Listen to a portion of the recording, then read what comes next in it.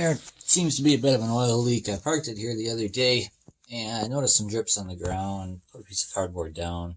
And it's a little bit later, and sure enough, there's 2 more drips there. Actually, is there more than that? There's another drip right there. It's hard to tell with the shadow. Yeah, so what it's looking like, it's looking just like, so there's 2 oil plugs on here. There's one over here, and then there's one on the other side as well. It looks like it's actually just leaking from those. I'll clean that up and tighten them down a little bit more, and then I'll flip the cardboard around, and if it doesn't drip, then I think we're fixed. Well, I've got quite the puddle there today. It's definitely not the drain plugs anymore. Kind of looks like it's coming from the center. You know what? It just looks like it's leaking from that oil pan gasket pretty much right there. I think it's leaking. I know it doesn't look wet now. I just cleaned it up. But I think it's leaking from right there. And just for the heck of it, I think I'm going to replace that gasket on the back too. Pulled the carburetor. Unfortunately, you got to take this whole intake off. As you can see, it's not attached. And otherwise you can't get the wrench in there to get this back bolt for the carburetor. It's only 2 bolts for the carburetor, but I end up taking up so much more stuff than that off. So we got the carb over here on a bench. This thing's gonna get a complete overhaul right now. I'll start by taking it apart. I'm gonna start replacing stuff. I'm not really gonna get it all on video. I know it would be nice to be, but I got it cleaned up fairly decent. I might clean up that gasket surface a little bit more. I probably should. So this is doing some explaining here on why this fuel pump isn't the greatest. There's supposed to be a spring. 2 springs, actually, underneath these 2 little flaps. Well, one's underneath and one's supposed to go on top, and they are gone. Not to mention these things are stiff, and the gasket is stuck to it there. But I got all new ones over here. These ones are nice and pliable. Nice and soft and flexible. And them ones are hard as a rock, so those will be really good. Just got to replace the gaskets and the springs and all that fun stuff, so we'll do that now. That's exactly what I was looking for. These teensy little springs. The camera can focus on them. They are really small. Do not want to lose these. Yeah, I don't want to focus. But they are tiny. The one spring goes on that little pin in there, right there, that pin. And then the other one goes on this pin on here.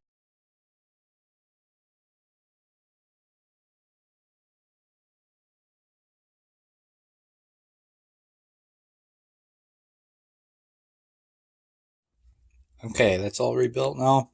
Got the new springs in, so now I'm replacing this gasket, which goes on the intake here. It's pretty clean. I just pulled the old gasket off. There's a little bit of rust on there, but that's okay. So new gasket on there, and then this gasket is also getting replaced. This one actually wasn't even on the thing when I got it. Somebody must have taken it off and they lost it or whatever. But that goes on there. Make sure all the holes line up and it's not blocking anything. This one has an extra hole in it, but that's okay. It doesn't block anything. And they do. So that goes between the carburetor and then the air filter box. So now the carburetor will get thrown back on. We'll put all the linkages on there and stuff. And throw that gasket on, throw the air box on. I got a brand new air filter for it, so I'll run that back. I'll put that back on as well. And should be good from there. Okay, so now with everything back on, carburetor, fuel pump, all the fuel lines, choke cable, got all the throttle connections, or governor connections in there, which attaches to the throttle. Got the breather hose, and that should be everything. Tested everything, and it all works. So now we can throw this gasket on, and then throw on our air cleaner, and put that all back together. And then after that, you know what, I think I'm going to just throw new head gaskets on it real quick too. And that ought to make me feel silly. That's the vacuum hose and that's the fuel line.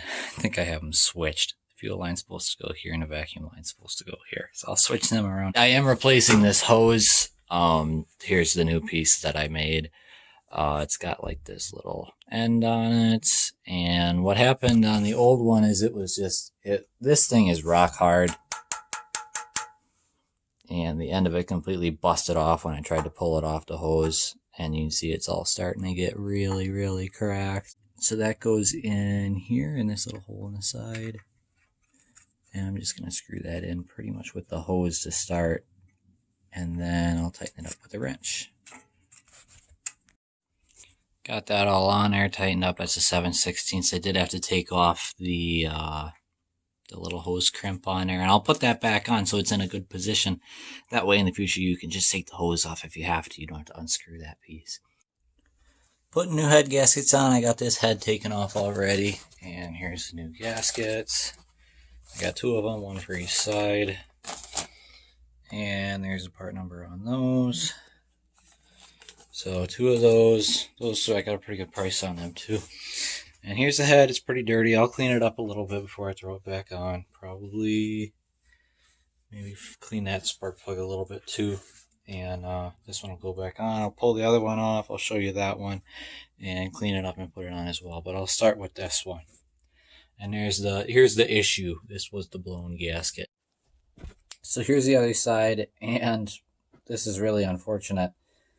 Upon further inspection, it needs a new set of piston rings. Yeah.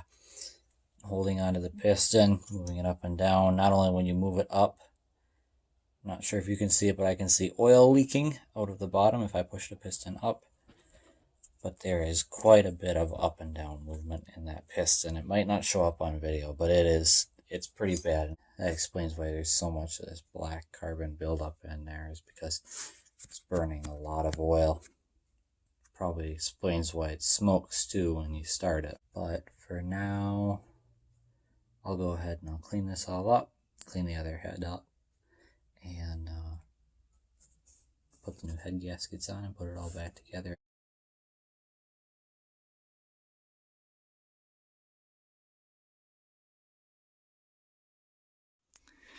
Pulled the motor again on the YT16, got it all the way off this time, as you can see.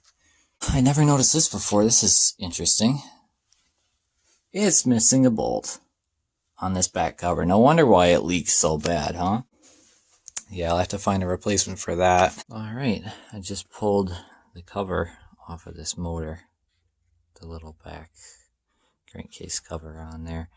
And everything inside is not looking too bad, actually. The connecting rods here have no side-to-side play in them whatsoever, which is really good. I got both sets of piston rings in. Both pistons are in there. Both of the connecting rods are torqued. Those are 190 inch-pounds, I believe. And I cleaned up this gasket surface on the back here. I know there's still a little bit of gasket, but where the bolts are, I might clean up that top one a little bit more, actually. But I got this one pretty darn nice and clean. That little speck of dust that just decided to fall in there. I have the new genuine gasket here. New old stock. Yeah, we'll get this cleaned up just a tad bit more. Throw that gasket on. We'll throw this cover on, torque it on. And then we can get to cleaning up this gasket surface on top, as well as the gasket surface on the oil pan. And then after that, it can get thrown back together, and it's in that time it's also going to get new crankcase gasket and crankshaft gasket.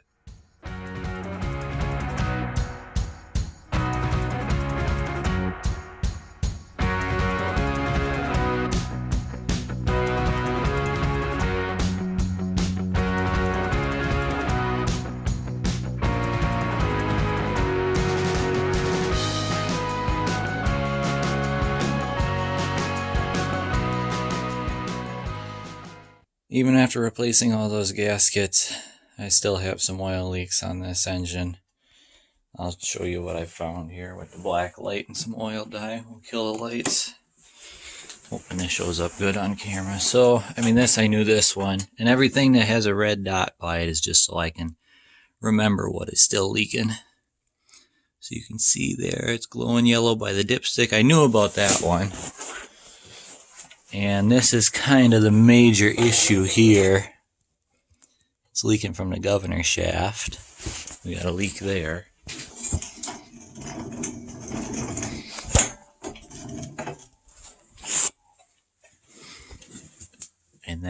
over here we got all different types of leaks. It looks like it's actually leaking from the crankcase gasket here. I'm not sure if that surface wasn't clean good enough or if it's just not making a good seal there.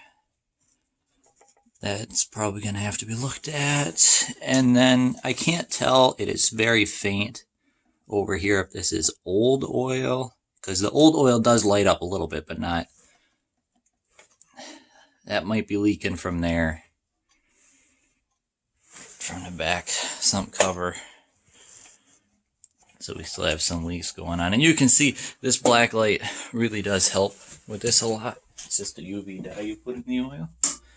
Because otherwise, without that black light, it just looks like the entire thing is leaking because there's engine oil over the entire thing. And it's kind of hard to see in some places where in the world the oil is coming from. Because you look in here, there's oil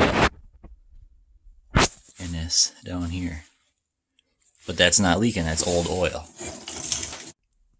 Here is that new dipstick tube grommet in, and it's been working great. No more leaks. As for the rest of the leaks on the motor, I actually got really lucky, and all I had to do was go all around and re-torque all the bolts. You know, I think I was using a really cheap Chinese click-type torque wrench. I don't trust those things anymore. I used a beam style torque wrench and torqued them down with that, and I haven't had any oil leaks since. Just going to set the governor on this motor before putting it on. Got to loosen up this nut here, 7/16. And then there's a screw up here. You're going to make sure it's turned all the way to the right. Clockwise, you see there's left and there's right. There's not a lot of movement, but make sure it's turned all the way clockwise like you're tightening it, and then you tighten up this nut down here, and that's how you set your governor. Make sure it moves, which it does. If it doesn't move, you set the governor wrong, probably turn that screw in the wrong direction. Just try the other direction. But if you have this motor, it will be the same. So let's throw this motor on the tractor. In that last video clip, it actually shows the governor spring was hooked in the wrong position. After I test ran it, it was running away. It was running way too fast. So I was able to find the correct position. It's this spring right here. It was originally, when I got it, attached right down here in the slot of the governor lever, right where that adjustment is that I showed you how to adjust. That's not correct. Where it needs to be is on this lever right here. The one that moves back and forth. Right there. And right now it is set at the farthest hole backwards on here.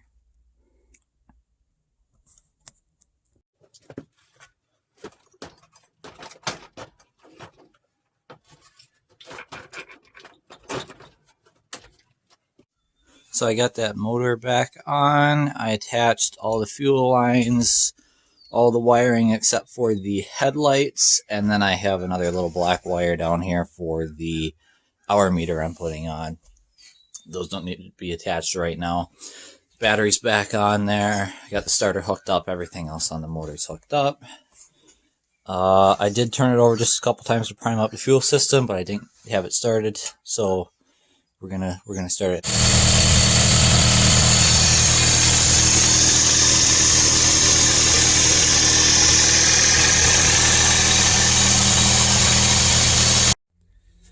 As you'll notice in that video clip, the intake was a different color. I had it running, but it was only running on one cylinder. So I did some looking and I found that the intake gasket on this side had a small crack in it, and that was enough to make it only run on one cylinder. So for that video, I just temporarily used a intake that had a good gasket on it until I finally got the new part. And then I was able to put the original intake and carburetor back on. Now we're going to take a look at the brakes on a YT16. Here's how the last person had it set up. There's a lot of old square nuts that they're using as spacers for this rod that connects to the brake hardener. Those all need to come out because this rod needs to be a lot longer for these brakes to work at all. So we'll pull that off and take all of those nuts off. Here's where the video is going to take a little bit of a turn. Unfortunately, I lost about 7 or 8 months of photos and videos, and they contained me finishing up this tractor project. So I am going to go through as best as I can everything that I did to finish this up and get it to the point that it's at today. Because it is now about 3 years later since I had first started this project. As for the brakes, I lost a good bit of footage here, but I did get this arm all painted. All those nuts were removed, and I have it back on there in its proper orientation. And the threads here are adjusted with new jam nuts. And I ended up replacing both inner and outer brake pads because they were very heavily worn. And I sanded the pins and added a little bit of grease. And with that, the brakes have been working really good on here. So I think that's where we're going to call it for this video. And in the next video, I will tell you everything I did to get it finished and where it's at now. And we'll go for a little ride with it, see how it handles. Thanks for watching.